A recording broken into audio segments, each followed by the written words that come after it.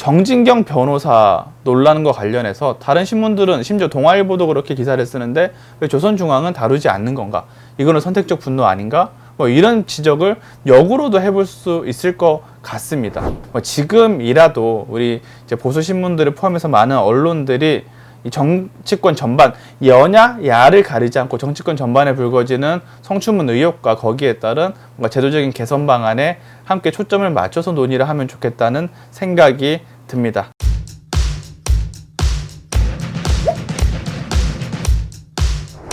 성누리당이라는 표현을 정말 오랜만에 들어보는 것 같습니다.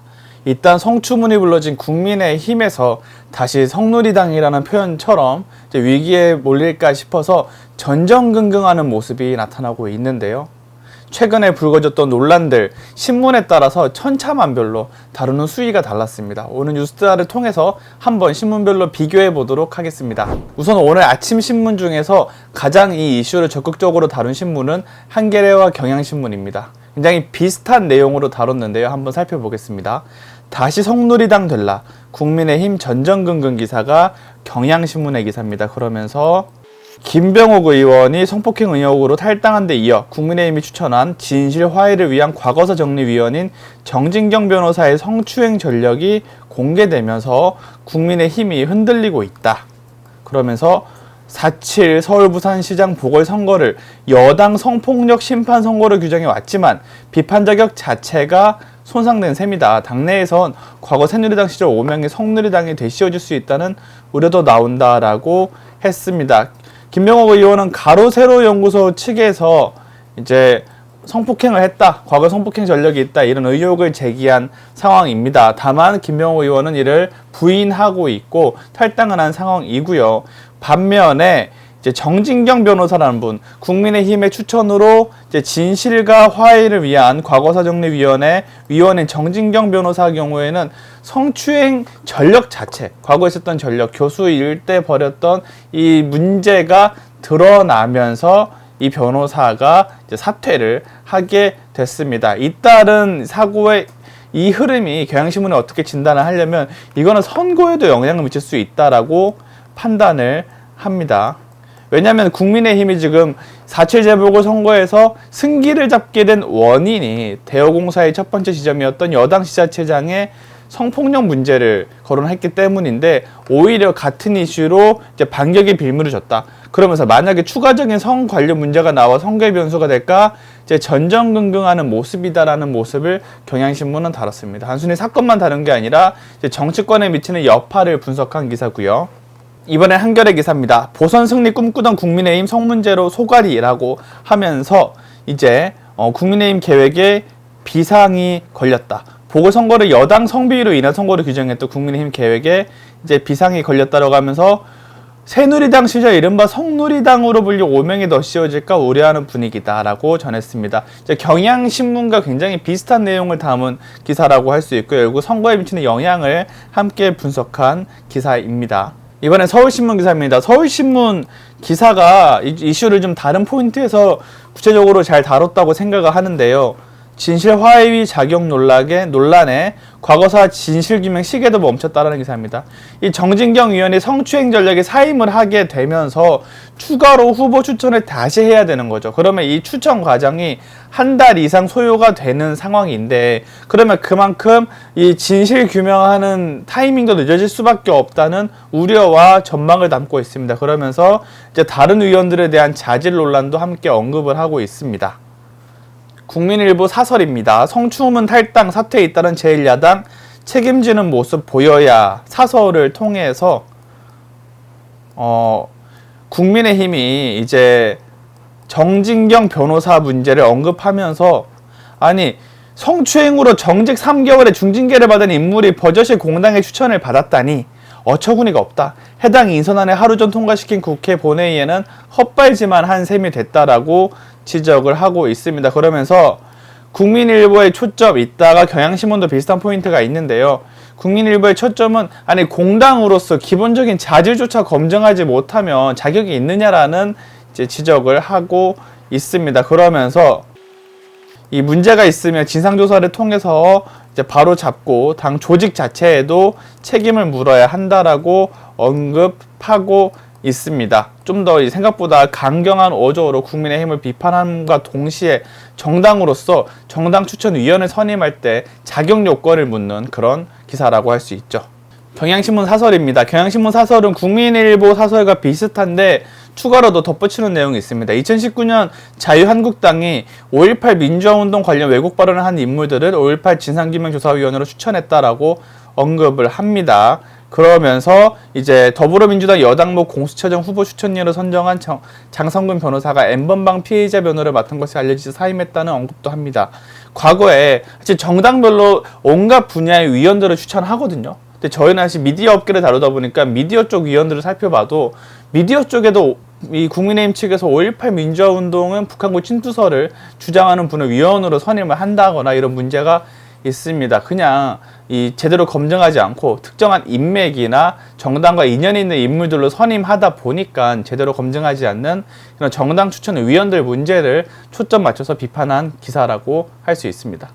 그렇다면 한국의 보수 신문들이 이 문제를 어떻게 다뤘을까요? 먼저 동아일보입니다. 성추행 의혹 과거사위원 추천한 국민의힘 통해서 정진경 변호사 교수대 정직받았다. 뒤늦게 알려져 선출 하루 만에 사퇴라고 해서 기본적인 사안의 정보를 충실하게, 이 정도면 비교적 충실하게 제공하고 있는 기사라고 할 수 있습니다. 그렇다면 조선일보와 중앙일보는 어땠을까요? 조선일보와 중앙일보에서 정진경 변호사로 논란이 불거졌던 게 9일인데 혹시 모르니까 1월 8일부터 1월 11일 오늘까지 이제 검색을 해보겠습니다. 자, 검색을 해보면 동아일보, 한겨레, 경향신문, 서울신문, 국민일보, 경향신문, 한겨레가 기사가 언급이 돼 있고요. 혹시 모르니 이제 매체별로 짚어서 정진경을 검색해 봤는데 조선일보에서는 관련 기사가 한 건도 없습니다. 중앙일보에서도 관련 기사가 한 건도 없습니다. 이 문제가 어떤 신문은 사설까지 써가면서 주목했는데 다른 신문은 일단 기사로 간단하게 걸치는 정도도 아닌, 이 신문의 독자들은 이 소식 자체를 이제 모를 수밖에 없는 그런 구조로 지금 기사가 나와 있지 않은 상황이고요. 저는 조중동이라고 불리지만 동아일보가 이 소식을 비교적 충실히 다뤘다는 점에서는 의미가 있다고 생각을 하고요. 조선과 중앙은 이 이슈를 너무 외면한 거 아닌가 하는 의혹이 듭니다. 조선일보와 중앙일보는 오늘 동시에 주목했던 이슈가 있습니다. 마찬가지로 이제 여성 이슈와 관련된 이 사건들인데, 먼저 조선일보 사설을 보겠습니다. 위안부 이용운동과 여성 이용운동 참으로 역겹다라는 제목입니다. 한국 여성단체 연합의 이 내부에 우리가 정치에 눈멀어서 박원순 시장 선거의 가해자와 함께했다는 대자보가 붙었다는 내용을 담고 있고요. 남인수 민주당 의원이 이제 박원순 시장 측에다가 이제 피해자에 대한 신상 정보를 제공했다, 이런 의혹에 대해 언급을 하고 있고, 남인순 의원의 피해자를 피해 호소 여성으로 불러야 한다, 이렇게 주장한 점에 대해서도 지적을 하고 비판을 하고 있습니다. 그러면서 맨 뒤에 이렇게 좀 이어지더라고요. 좀 곁다리로 저는 이 부분에 대해서 지적을 하고 싶은데, 여당 내 시민단체 출신 의원만 20명이다. 이들 중에 양심의 손을 얹고 부끄럽지 않은 사람이 몇 명 되냐. 민주 이용하는 민주화 운동권, 환경 이용하는 환경운동, 민족 이용하는 반일운동, 인권 이용하는 인권운동, 여성 이용하는 여성운동, 위안부 이용하는 위안부 운동 등 열거하기조차 힘들다라고 지적을 하고 있습니다. 물론 이제 여성운동 단체 출신 인사가 보여준 문제, 저희도 기사를 통해 비판을 했고 문제가 있다고 생각합니다. 그런데 그렇다고 해서 여성운동 전체를 비판할 수 있다고 생각하지는 않거든요. 박원순 시장이 아니라 피해자 편에 서서 피해자와 함께 목소리를 낸 여성단체들도 존재를 하고요. 좀 더 나아가서 위안부 이용하는 위안부 운동, 인권 이용하는 인권운동, 민족 이용하는 반일운동, 환경 이용하는 환경운동, 이렇게까지 나갈 거는 아닌 거죠. 다양한 분야에서 시민단체 활동을 해온 분들이 이제 정당에서 일을 할 때 그 개인에 대한 문제 혹은 뭐 단체와 연관되는 문제가 있을 수는 있지만 이분들의 이론의 성과들도 있거든요. 그걸 외면한 채 마치 조선일보가 모든 시민단체들을 이제 동시에 이 남인순 의원 사례로 끌어와서 일반화하는 듯한 모습, 그런 점은 좀 문제가 있다는 생각이 들고요. 조선일보는 앞서서 9일에는 이런 기사를 쓰기도 했거든요. 여연은 정계 진출 회전문, 막내 여성운동가는 왜 대자보를 붙였나 기사를 통해서 이제 핵심은 선택적 분노라고 지적을 합니다. 여연의 선택적 분노의 역사는 2004년으로 거슬러 올라간다 하면서 이 여성단체가 정파적 이익에 따라서 선택적으로 여성계의 목소리를 내고 있다. 이런 비판을 담은 기사입니다.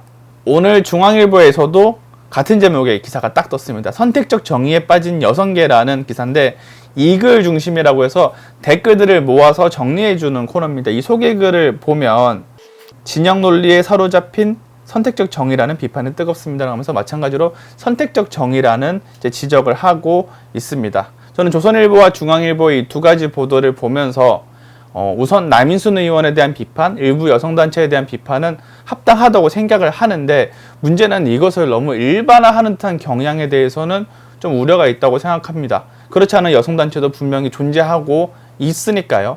게다가 더 의문스러운 건 선택적 정의라는 표현 자체가 좀 정파적이지 않나라는 생각이 들기도 하는데 그럼 역으로 이렇게 물어볼 수도 있지 않을까요?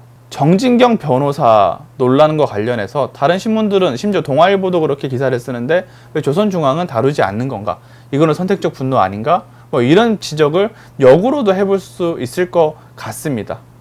아직까지 이 문제에 대해서 좀 더 고찰할 수 있는 시간이 남아 있다고 생각을 하고요. 뭐 지금이라도 우리 이제 보수 신문들을 포함해서 많은 언론들이 이 정치권 전반, 여냐 야를 가리지 않고 정치권 전반에 불거지는 성추문 의혹과 거기에 따른 뭔가 제도적인 개선 방안에 함께 초점을 맞춰서 논의를 하면 좋겠다는 생각이 듭니다. 당연히 이 일부 의원이나 일부 여성단체에 대한 비판도 당연히 할 수 있지만 이것이 모든 단체에 대한 비판으로는 좀 이어지지 않고 좀 노력해오고 피해자 편에 섰던 그 단체들에 대해서는 충분히 보수 언론도 조명을 해주면 좋겠다는 생각이 함께 들기도 했습니다.